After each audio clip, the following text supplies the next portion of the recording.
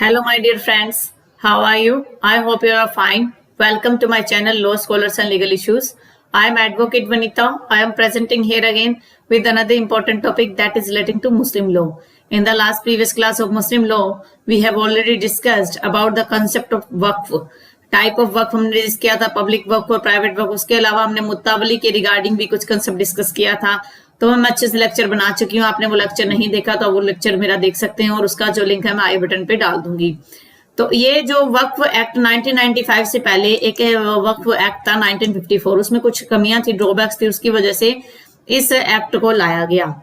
इस एक्ट का पर्पस क्या है? प्रेम्बल क्या कहता है कि an act to provide for the better administration of औकफ. औकफ का मतलब होता है जब प्लूरल सेंस में वक्फ, एक सिंगल सेंस में वक्फ होता है और अब उसको प्लूरल सेंस में बहुत ज्यादा वक्फ की बात होती है, उसे औकफ बोला जाता है. And the for matters connected there, उससे जुड़े हुए जो मैटर्स है उनसे रिलेटेड वर्क के लिए इस एक्ट को लाया गया था. इस एक्ट का क्या ऑब्जेक्ट था वो मैं आपको यहाँ पॉइंट वाइज समझा देती हूँ.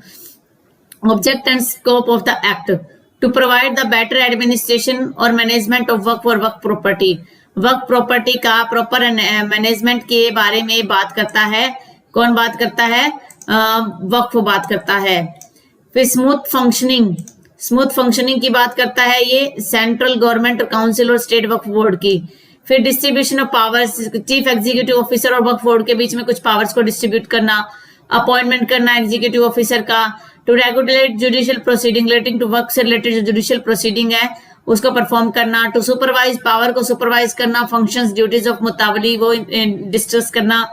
To conduct surveys by appointing, बार बार जो भी किसी व्यक्ति को अपॉइंट कर दिया जाएगा तो वो सर्वे करेगा कि किस प्रकार से वक्फ का काम चल रहा है. उसे नेक्स्ट बात करें मेंटेनिंग फाइनेंस, वक्फ के लिए कहाँ से फाइनेंस आ रहा है, कहाँ से पेमेंट आ रही है, उसका सारा ब्यौरा रखना.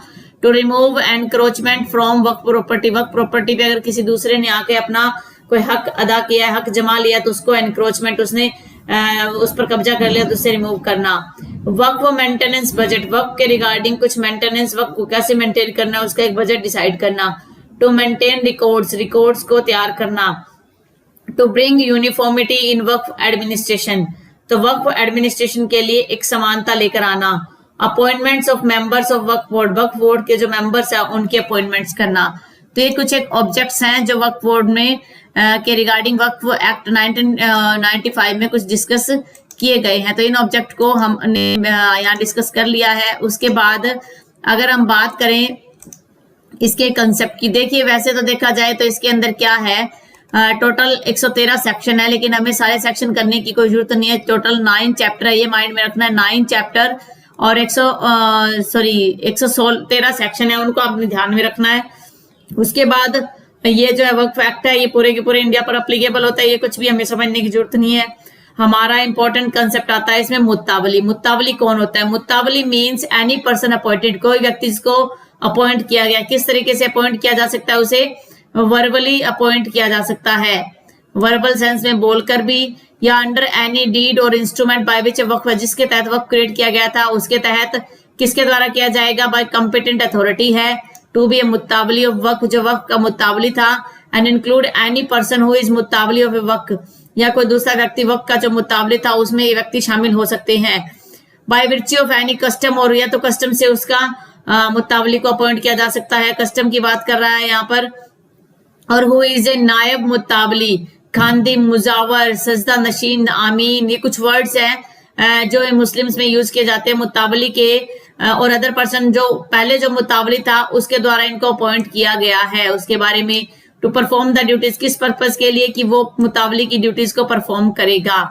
And save as otherwise provided in this act any person committing और corporation for the time being managing और एडमिनिस्ट्रेटिव, जो वक्त के जो सारी प्रॉपर्टीज वगैरह है उसको वो मैनेज करेगा. प्रोवाइजो कहता है कि no member of a committee, किसी भी कमेटी का मेंबर या कॉर्पोरेशन का मेंबर को आप मुत्तावली नहीं कह सकते, उसको आप मुत्तावली नहीं कहोगे, क्योंकि वो सिर्फ क्या होता है, ऑफिस को संभालने वाला व्यक्ति होता है. अनलेस सच मेंबर को जो है उसका ऑफिस बियरर ना बनाया जाए. प्रोवाइडेड फर्दर दैट, इसके बाद ये प्रोवाइजो कहता है कि द मुत्तावली shall be citizen of India, India का सिटीजन होना चाहिए, ये भी इसकी कंडीशन है. And shall full such other qualifications, other qualifications का मतलब क्या है, जो स्टेट गवर्नमेंट डिसाइड करती है बार बार. अगर मुत्तावली की बात करें तो ये तो नॉर्मल चीज है, कि कंपिटेंसी होनी चाहिए उसकी। कंपिटेंसी का मतलब है कि वो कॉन्टेक्ट करने की कैपेसिटी रखता हो, इनसेन ना हो, साउंड माइंड का हो, और वो व्यक्ति जो है मेजर होना चाहिए। नेट एनुअल इनकम का मतलब अगर वक्फ के रिगार्डिंग हम समझें का मतलब नेट एनुअल इनकम जो डिटरमाइन की गई थी एक्सप्लेनेशन 72 का जो सेक्शन है उसमें एक्सप्लेन किया गया नेट एनुअल इनकम। तो ये भी इतना इंपॉर्टेंट नहीं है हमारे लिए। इंपॉर्टेंट क्या है कंसेप्ट, हमारे लिए इंपॉर्टेंट कंसेप्ट है ये वाला, मुत्तावली काय से हमने पढ़ना है। एक बार माइंड में रखना है कि कौन और कैसे इसमें डिसाइड होता है। 2I बात करता है, इसके बाद बात करता है 2R, बात करता है हमारे वक्फ की। 2R जो वक्फ की बात करता है उसको भी हमें समझना है, सारा का सारा कंसेप्ट जो है 2R के हिसाब से भी हमने देखना है। 2R क्या कहता है? वक्फ का मतलब है जब परमानेंट डेडिकेशन, जब मैंने आपको वक्फ करवाया था उसमें मैंने आपको बताया परमानेंट डेडिकेशन है बाय एनी पर्सन, कोई भी प्रॉपर्टी हो सकती है, मूवेबल और रिमूवेबल प्रॉपर्टी हो सकती है, फॉर एनी पर्पज जो मुस्लिम में रिकॉग्नाइज किया गया है, जो किसी पायस वर्क के लिए, रिलीजियस या चैरिटेबल पर्पज के लिए होगा। इसके बाद इंक्लूड्स वर्ड यूज है। इंक्लूड्स का मतलब होता है कि क्या क्या और चीजें इसमें शामिल हो सकती है। वक्फ बाय यूजर जो इसको यूज कर रहा है, but such waqf shall not cease to be by reason, सिर्फ इस वजह से उसको आप वक्फ से कैंसिल नहीं कर सकते कि जिसने उसे बनाया वो उसे यूज कर रहा है। मट्टी, शामला, दे, जुमला, मकान जो पब्लिक प्रॉपर्टीज होती हैं, जो सरकार की होती है, जो शामलात की भूमि होती है, पंचायती भूमि जिसे कह सकते हो, वो सारा जिससे रिवेन्यू आता है वो भी इसके अंदर इंक्लूड हो सकता है। कोई भी ग्रांट जो है, जो मशरत उल खिदमत, जो किसी चैरिटेबल पर्पज के लिए कुछ ग्रांट दी जाती है सरकार की, वो भी वक्फ की कैटेगरी में आ जाती है। नेक्स्ट है वक्फ अलाल औलाद। क्या होता है? ये प्राइवेट वक्फ को बोला जाता है जिसमें to the extent to which the property is dedicated की गई है मुस्लिम लॉ में पायस और रिलीजियस वर्क के लिए है, जहां पर जो वक्फ बनाया गया कि जो लाइन ऑफ सक्सेशन है, अगर आगे उनकी लाइन ऑफ सक्सेशन फेल हो जाती है तो कोई भी इनकम जो है एजुकेशन के ऊपर खर्च की जा सकती है, तो वो इसमें बात की गई है। एंड वाकिफ मीन्स एनी पर्सन, वाकिफ वो व्यक्ति होता है जो क्या करता है, वक्फ को बनाता है। इससे नेक्स्ट सेक्शन जो हमें करना है, नेक्स्ट सेक्शन है हमारा important, that is establishment and constitution of central Waqf council. Central Waqf council का क्या रोल होता है, हमें इसको देखना पड़ेगा कि उसका कैसे एस्टेब्लिशमेंट होता है और कैसे जो है उसका काउंसिल की जो फाइनेंस है, उसका जो रुपया है वो कहां से आता है। ये दो सेक्शन इंपॉर्टेंट है, वो हमें देखने पड़ेंगे। इसमें सबसे पहली चीज है the central government. Central government क्या करेगी? बाय नोटिफिकेशन देगी, ऑफिशियल एस्टेब्लिश करेगी एक काउंसिल जिसे वक्फ काउंसिल बोला जाता है। CWC, चाइल्ड वेलफेयर कमेटी को भी CWC शॉर्ट फॉर्म में, लेकिन वक्फ में जब बात करोगे तो CWC का मतलब हो जाएगा central Waqf council. For the purpose of advising, central government को एडवाइस देने के लिए, स्टेट गवर्नमेंट को एडवाइस देने के लिए और बोर्ड को एडवाइस देने के लिए। यानी कि मेन पर्पज क्या है? सेंट्रल, स्टेट और बोर्ड को ये एडवाइस देगा। बोर्ड कौन सा बोर्ड है? ये वक्फ बोर्ड की बात हो रही है। फिर कह रहे हैं कि द काउंसिल है, उसमें क्या क्या होगा, कौन कौन से व्यक्ति शामिल होते हैं। यूनियन मिनिस्टर इंचार्ज होगा जो एक्स ऑफिसियो होता है, chairperson. Following other members of the central government जो मुस्लिम हो, जैसे 3 persons to represent Muslim organisation को रिप्रेजेंट करने वाले 3 व्यक्ति। 4 पर्सन ऐसे होने चाहिए जो किसी न किसी एग्रीकल्चर, मेडिसिन, इंजीनियरिंग या मैनेजमेंट की फील्ड से हो। 3 मेंबर्स होने चाहिए पार्लियामेंट के, जिनमें से 2 shall be from the house of people. House of people से होने चाहिए 2 व्यक्ति, और एक जो है काउंसिल ऑफ स्टेट से। हाउस ऑफ पीपल का मतलब है लोकसभा और काउंसिल ऑफ स्टेट जो है राज्यसभा। चेयरपर्सन जो है ऑफ 3 बोर्ड्स बाय रोटेशन, जो चेयरपर्सन होंगे बोर्ड्स के रोटेशन में होंगे। 2 पर्सन जो है पहले जज रह चुके हैं सुप्रीम कोर्ट या हाई कोर्ट के। 1 एडवोकेट होगा जिसकी नेशनल लेवल पर इंपॉर्टेंस होगी। 1 पर्सन जो मुत्तावली को प्रेजेंट करता है जिसकी ग्रोस इनकम जो है 5 लाख से या उससे अबव हो। 3 person who are eminent scholar, 3 ऐसे व्यक्ति चाहिए जो मुस्लिम लॉ में स्कॉलर होते हैं। तो काफी बड़ी लिस्ट है, उसको हमें शॉर्ट में भी आप लिख सकते हो। जैसे यूनियन मिनिस्टर इंचार्ज, 3 पर्सन मुस्लिम ऑर्गेनाइजेशन, 4 पर्सन नेशनल एमिनेंस के, 3 पर्सन पार्लियामेंट के, 3 बोर्ड बाय रोटेशन में जो चेयरपर्सन बनेंगे, 2 पर्सन जो है जज होंगे सुप्रीम कोर्ट के, 1 एडवोकेट होगा, नेशनल एमिनेंस का एक व्यक्ति होगा जो मुत्तावली को रिप्रेजेंट कर रहा है जिसकी इनकम जो है 5 लाख से अबव हो। 3 person who are eminent scholar in Muslim law. Proviso कहता है कि इस प्रकार से अगर ये अपॉइंटमेंट है shall be a women, at least 2 of the member, 2 member कम से कम वुमेन होनी चाहिए। ये इंपॉर्टेंट लाइन है इसमें। टर्म ऑफ द ऑफिस क्या होता है? जो सेंट्रल गवर्नमेंट डिसाइड करेगी। स्टेट गवर्नमेंट क्या कर सकती है, फर्निश इंफॉर्मेशन इतना इंपॉर्टेंट नहीं है। Any dispute arising after directive, इतना ज्यादा हमें इसमें डिस्कस करने की जरूरत नहीं है। फाइनेंस ऑफ काउंसिल कहाँ से आएगा, every board shall pay from its waqf fund annually to the council, को वक्फ में से कुछ पैसा पे किया जाएगा और इक्वलेंट टू 1% होना चाहिए aggregate of the net income का। तो ये कुछ इतना ज्यादा नहीं है, सिर्फ ये इंपॉर्टेंट है फाइनेंस कहाँ से आएगा, जो वक्त से ही इसको फाइनेंस दिया जाएगा। फिर है establishment of boards and other functions. अब बोर्ड्स के एस्टेब्लिशमेंट की बात कर रहा है चैप्टर 4। इनकॉर्पोरेशन इसे क्या कहोगे आप, इसे आप कहोगे स्टेट वक्फ बोर्ड, आप इसे कहोगे कि स्टेट वक्फ बोर्ड की एस्टेब्लिशमेंट की बात हो रही है। इसमें क्या किया जाएगा, स्टेट गवर्नमेंट में बाय नोटिफिकेशन क्या करेगी, ओकफ को तैयार करेगी, यानी कि बहुत ज्यादा वक्फ की जो मात्रा हो जाती है। उसके बाद इसमें इतना कुछ इंपॉर्टेंट नहीं है। कंपोजिशन ऑफ बोर्ड, बोर्ड का कंपोजिशन कैसे होगा जो वक्फ बोर्ड होगा। The board for state and national capital territory of Delhi में एक चेयरपर्सन होगा, 1 and not more than 2 members, state government जैसा ठीक समझे उसको, इलेक्टोरल कॉलेज के द्वारा उसको लाया जाएगा। Muslim member of parliament from the state, members of the state legislature, Muslim members of the bar council of the concern state. तो इस प्रकार से कुछ प्रोविजन आ जाएंगे इसके अंदर, तो और ज्यादा कुछ इसमें इंपॉर्टेंट नहीं है। 1 पर्सन जो होगा वो अमंगस्ट मुस्लिम प्रोफेशनल जो होंगे टाउन प्लानिंग सोशल वर्क इनके मैटर में, 1 पर्सन ईच फ्रॉम अमंगस्ट मुस्लिम, मुस्लिम के बीच में से होंगे जो नॉमिनेट किया जाएगा सरकार के द्वारा। 1 person from amongst Muslim to be nominated by state government. यानी कि ये जो मैं आपको करवा रही हूँ, मेरा पर्पज ये है कि आपको ये पता चल जाए कि इसमें क्या क्या चीजें शामिल है, क्योंकि अगर प्री के एग्जाम में आप देखोगे तो मुश्किल से एक क्वेश्चन, मुश्किल से है वो भी, आने के चांसेस होता है इस एक्ट से। और अगर हम मान लो मेंस के एग्जाम में देखें तो जब मुत्तावली की बात आती है तो मुत्तावली के संदर्भ में या वक्फ के संदर्भ में जो वक्फ प्रॉपर्टी की बात है उसके लिए हम वक्फ की डेफिनेशन इंपॉर्टेंट हो जाती है, और मुत्तावली के संदर्भ में मुत्तावली की जो डेफिनेशन है कहाँ दी गई है वो इंपॉर्टेंट है।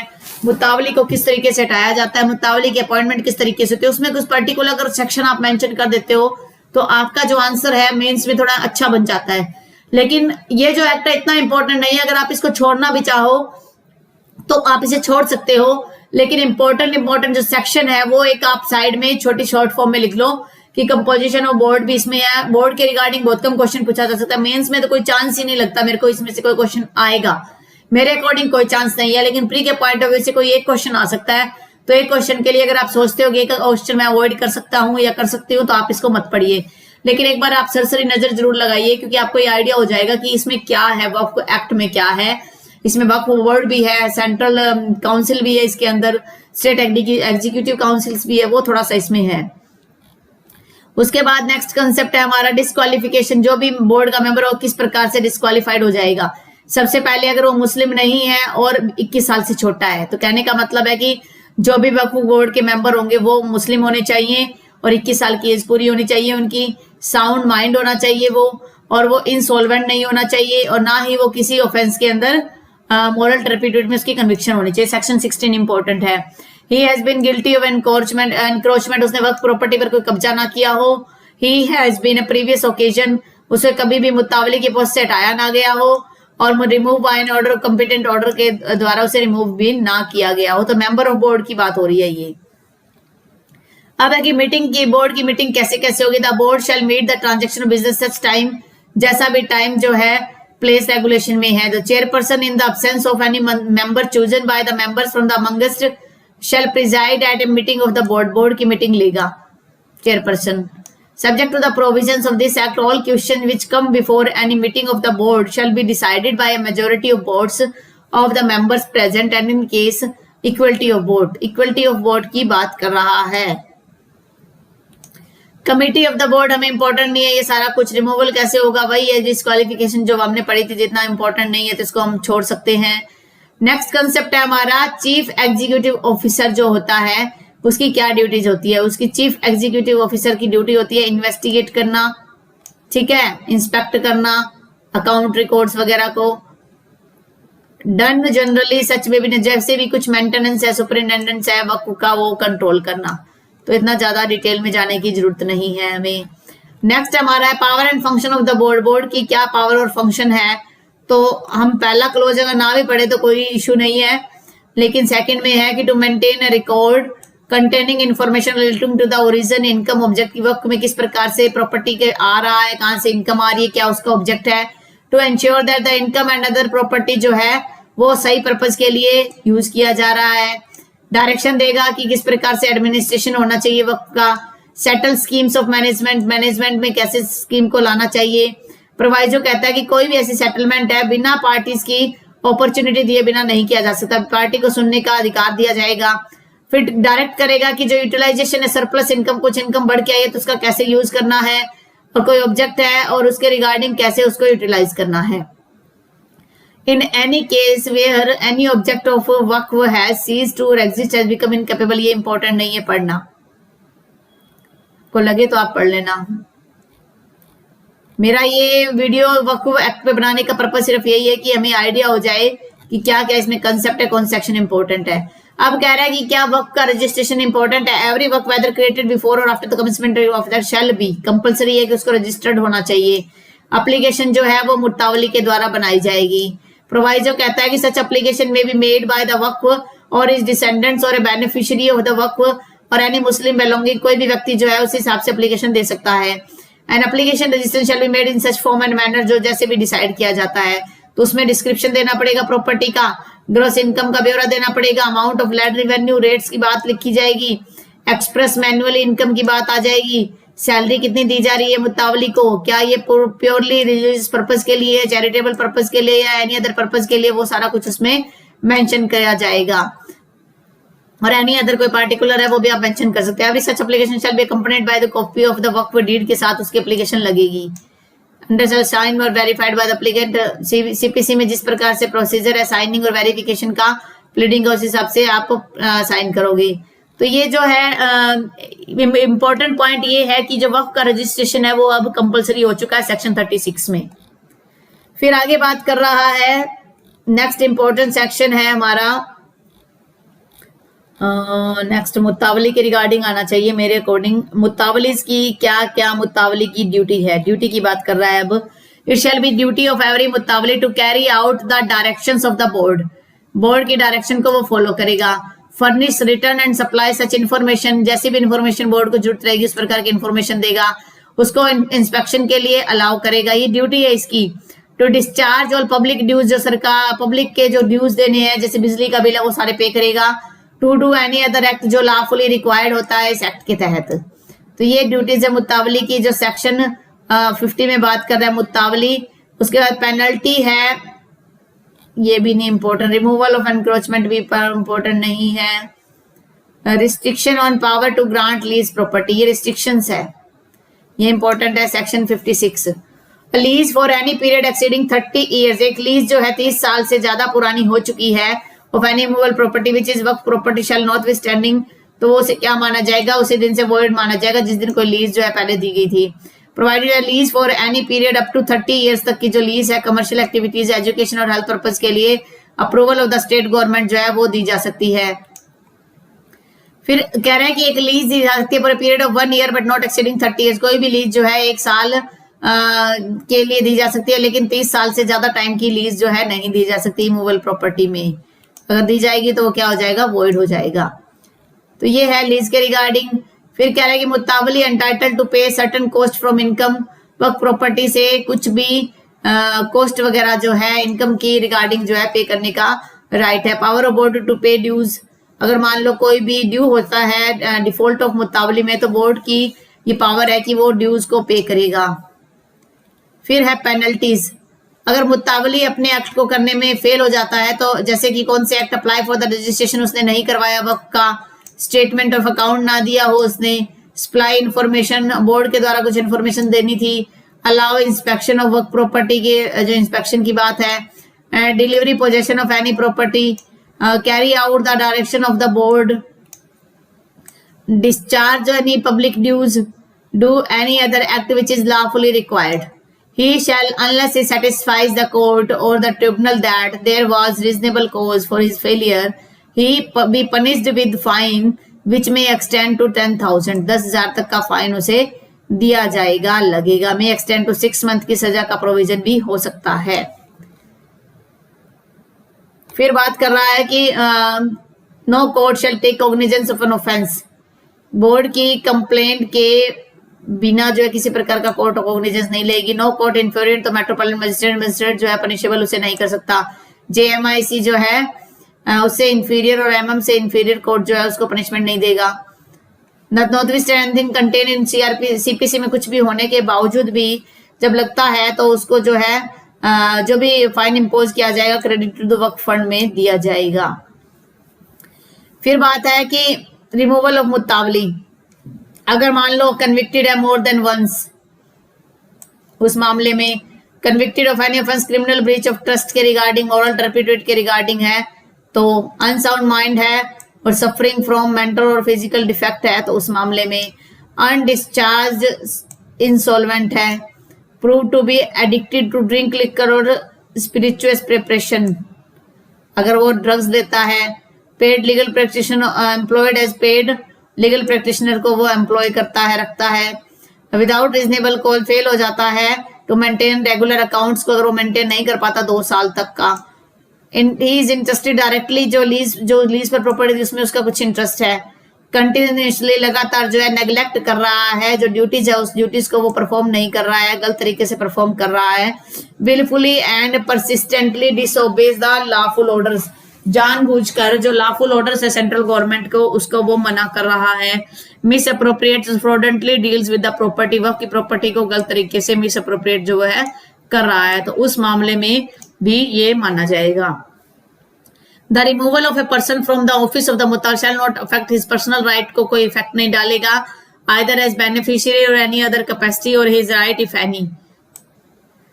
तो ये कुछ ज्यादा कुछ नहीं है, आप इसे पढ़ सकते हो, इतना कुछ नहीं है समझने वाला। आगे है हमारा नेक्स्ट प्रोविजन है that is relating to power of chief executive officer direct banks other person to make payment, की क्या करेगा कि जब मान लो कोई पेमेंट की बात आता है तो chief judicial officer, chief executive officer के पास पावर है कि वो कोर्ट को, बैंक को डायरेक्ट करेगा दूसरे व्यक्ति को कुछ वो पेमेंट कर दे, पेमेंट के रिगार्डिंग डायरेक्शन दे सकता है। वक्फ फंड जो है वो सेक्शन 77 में, इसमें हर प्रकार का मनी जो है आता है किसी भी प्रकार से, तो वक्फ फंड के अंदर उसको ग्रांट है, डोनेशन है, वो वक्फ फंड में जाएगा। और वक्फ फंड की क्या ड्यूटी है, रिपेमेंट ऑफ लोन करेगा, पेमेंट ऑफ कॉस्ट जो है, कोई ऑडिट की है, कोई सैलरी वगैरह है, कोई ट्रेवलिंग अलाउंसेज है, कोई अदर एक्सपेंसेस है, वो सारे के सारे जो है वो वक्फ बोर्ड करेगा। Payment of maintenance to Muslim women को पेमेंट ऑफ मेंटेनेंस देगा, जैसे हमने उसमें देखा था प्रोटेक्शन ऑफ डाइवोर्स एक्ट के तहत, अगर कोई बैलेंस रह जाता है तो वो कुछ आफ्टर मीटिंग के बाद तो कुछ प्रिजर्वेशन को प्रोटेक्ट करने के लिए, यानी कुछ को अब प्रिजर्व करके रखा जा सकता है, कुछ रुपए को, कुछ बैलेंस को। कॉन्स्टिट्यूशनल ऑफ ट्रिब्यूनल, ट्रिब्यूनल का मतलब क्या है कि जब भी किसी प्रकार का कोई डिस्प्यूट अराइज होता है तो वो कोर्ट में न जाकर ट्रिब्यूनल में वो मैटर जाएगा और ट्रिब्यूनल का डिसीजन ही फाइनल माना जाएगा। ट्रिब्यूनल में कौन कौन हो सकता है, डिस्ट्रिक्ट सेशन जज, जैसे ट्रिब्यूनल नॉर्मली होता है उसी तरीके से फंक्शनिंग है, या आप पढ़ना चाहो तो इसे पढ़ सकते हो, मेरे अकॉर्डिंग इतना इंपॉर्टेंट नहीं है। फिर ये इंपॉर्टेंट है, सेक्शन 85 बात करता है bar of jurisdiction of civil courts की, बार की बात करता है, नो सूट और other legal proceeding shall lie in any civil court में, रेवेन्यू कोर्ट में, अदर अथॉरिटी, तो उसके रिगार्डिंग जो है सिविल कोर्ट्स का कोई भी जुरिडिक्शन नहीं होगा। रिसीवर की अपॉइंटमेंट भी की जा सकती है। उसके बाद आगे कुछ इम्पोर्टेंट नहीं है इतना। आई होप आपको ये कुछ आइडिया हो गया कि हमें कौन कौन से सेक्शन करने हैं। फिर भी मैं आपको इंडेक्स वाइज कुछ मेंशन कर देती हूँ, सेक्शन इंडेक्स में आपको मार्क करवा देती हूँ, उसी हिसाब से आपको करने हैं। जैसे डेफिनेशन में हमें 2 क्लॉज देखना है, 3I और 3R। फिर है इसमें सेकंड में हमें कुछ नहीं देखना, थर्ड चैप्टर में एस्टेब्लिशमेंट देखना है और फाइनेंस ऑफ काउंसिल देखना है। अगर हम 4th चैप्टर की बात करें, कंपोजिशन ऑफ बोर्ड की बात हो रही है, यहाँ पर डिस्क्वालिफिकेशन किस आधार पर होगा, और आगे इसमें duties and powers of chief executive officer की क्या ड्यूटीज है वो देखेंगे। और आगे है रजिस्ट्रेशन जो है मैंडेटरी है, और आगे budget preparation, submission, audit, duties of मुतावली की बात करेंगे। और 64 में रिमूवल की बात है, वो इम्पोर्टेंट एग्जाम में पूछ लिया जाता है। और उसके अलावा हमने क्या डिस्कशन किया, पेनल्टीज किस हिसाब से हो सकती है, रिस्ट्रिक्शन है, ग्रांट नहीं कर सकते आप लीज को। उसके बाद है बिना सैंक्शन के मुतावली रुपए ना तो उधार ले सकता ना दे सकता, वक्फ बोर्ड है। फिर है पावर है चीफ एग्जीक्यूटिव ऑफिसर की कि वो बैंक को डायरेक्ट करेगा कि कुछ पेमेंट कर दे। कॉन्स्टिट्यूशनल ऑफ ट्रिब्यूनल की बात है। फिर 85 में बात आती है बार ऑफ जुरिडिक्शन की। फिर है पावर है सेंट्रल गवर्नमेंट की, रेगुलेट करेगा रूल्स। और मेरे अकॉर्डिंग इसमें इतना कुछ इंपॉर्टेंट नहीं है। तो मेरे हिसाब से वक्फ एक्ट में हमें इतने ही सेक्शन पढ़ने हैं। आई होप आपको आज का वीडियो अच्छा लगा। अगर आपको आज का वीडियो अच्छा लगा है तो आप मेरी वीडियो को लाइक कीजिए। अगर आप मेरे चैनल पे न्यू हो और फर्स्ट टाइम इस वीडियो को देख रहे हो तो मेरी आपसे रिक्वेस्ट है कि आप मेरे चैनल को सब्सक्राइब कर लीजिए और बेल आइकन पर क्लिक कर दीजिए, जिससे फर्दर जैसे ही कोई नोटिफिकेशन आएगा वीडियो का तो सबसे पहले आपको उसकी सूचना मिल जाएगी। कोरोना के इस पीरियड में आप अपने फैमिली मेंबर्स का, अपने नेबरहुड का ध्यान रखिए। Stay home, stay safe, stay healthy. Thank you for watching. Have a nice day.